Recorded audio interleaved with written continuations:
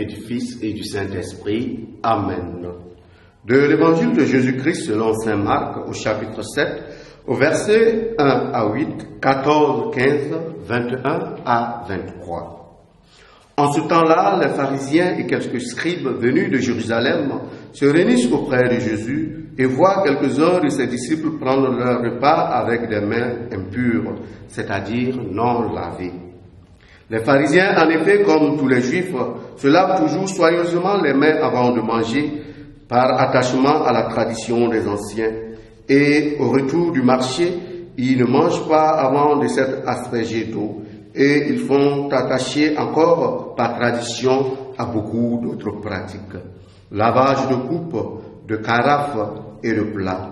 Alors, les pharisiens et les scribes demandaient à Jésus: pourquoi tes disciples ne suivent-ils pas la tradition des anciens? Ils prennent leur repas avec des mains impures. Jésus leur répondit: Isaïe a bien prophétisé à votre sujet, hypocrite, ainsi qu'il est écrit: ce peuple m'honore des lèvres, mais son cœur est loin de moi. C'est en vain qu'il me rend un culte. Les doctrines qu'il enseigne ne sont que des préceptes humains.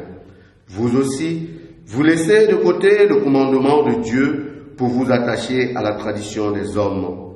Appelant de nouveau la foule, il lui disait: écoutez-moi tous et comprenez bien. Rien de ce qui est extérieur à l'homme et qui entre en lui ne peut le rendre impur. Mais ce qui sort de l'homme, voilà ce qui rend l'homme impur. Il disait encore à ses disciples à l'écart de la foule: c'est du dedans du cœur de l'homme que sortent les pensées perverses, inconduite, vol, meurtre, adultère, cupidité, méchanceté, fraude, débauche, envie, diffamation, orgueil et démesure. Tout ce mal vient du dedans et rend l'homme impur. Acclamons la parole de Dieu. Louange à toi, Seigneur Jésus. Bien-aimés dans le Seigneur, en ce 22e dimanche du temps ordinaire, le Seigneur nous invite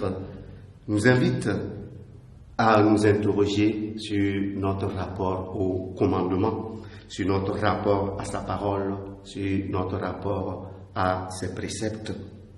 En effet, être chrétien comporte des exigences, et la première exigence à être chrétien, c'est la cohérence de vie. La cohérence de vie entre la foi que nous professons et notre agir, notre action dans la société, dans le monde.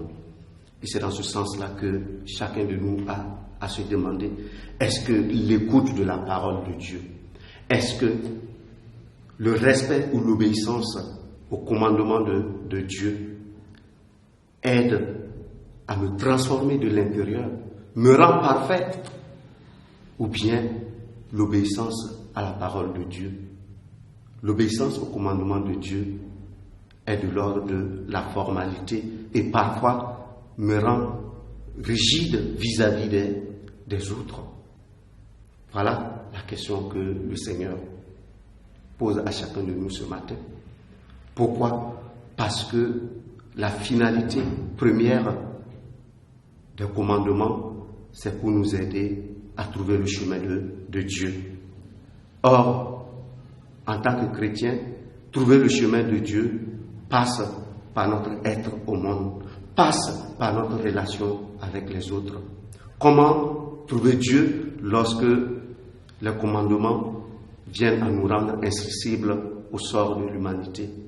Comment trouver Dieu lorsque l'écoute de sa parole, ou parfois même les doctrines et les enseignements que nous donnons, nous aliènent et nous rendent capables de marginaliser certains de nos frères? Comment est-ce que la parole de Dieu peut nous amener à fuir les autres, à nous séparer, voire même à diviser des familles? Voilà la question que chacun de nous a à se poser. Autrement dit, le Seigneur nous invite à sortir des formalismes, des idéologies et des doctrines qui nous aliènent et crée de la division et de la fracture au sein de nos communautés, au sein de nos paroisses, pour cultiver ce qu'on appelle l'amour. L'amour comme principe premier de nos actions et de nos agirs. L'amour comme loi fondamentale qui doit orienter nos actions vis-à-vis des autres. Au cours de cette journée, nous allons demander au Seigneur qu'il nous aide à apprendre non seulement à purifier notre rapport à sa parole et à ses enseignements et à ses commandements, mais que ce rapport à sa parole, ce rapport à ses commandements puisse nous aider à mieux vivre avec les autres et surtout nous aide à nous mettre au service de l'humanité. Loué soit Jésus-Christ.